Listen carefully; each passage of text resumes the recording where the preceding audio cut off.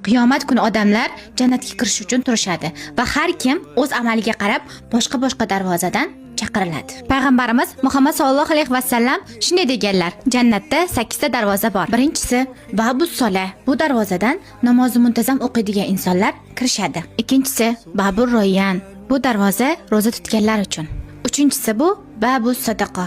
Doim sadaqa qiladigan, boshqalarga yordam beradigan insonlar kirishadi. To'rtinchisi Babul Jihad. Alloh yo'lida dinini himoya qilgan va kurashgan insonlar uchun. Beshinchisi Babul Haj. Haj qilganlar darvozasi. Oltinchisi Babul Kaziminal G'oyz. Odamlar bilan janjalda g'azabini bosgan, kechirgan insonlar uchun. Yettinchisi Babul Iymon. Iymoni mustahkam, Allohga to'liq ishongan insonlar uchun. Sakkizinchisi Babul Zikr. Doimo tasbih, zikr va duoda bo'lgan insonlar kiradi. Qiyomat kuni sizni qaysi darvozadan chaqirishlarini xohlaysiz? Yo'qotib qo'ymaslik uchun saqlab qo'ying.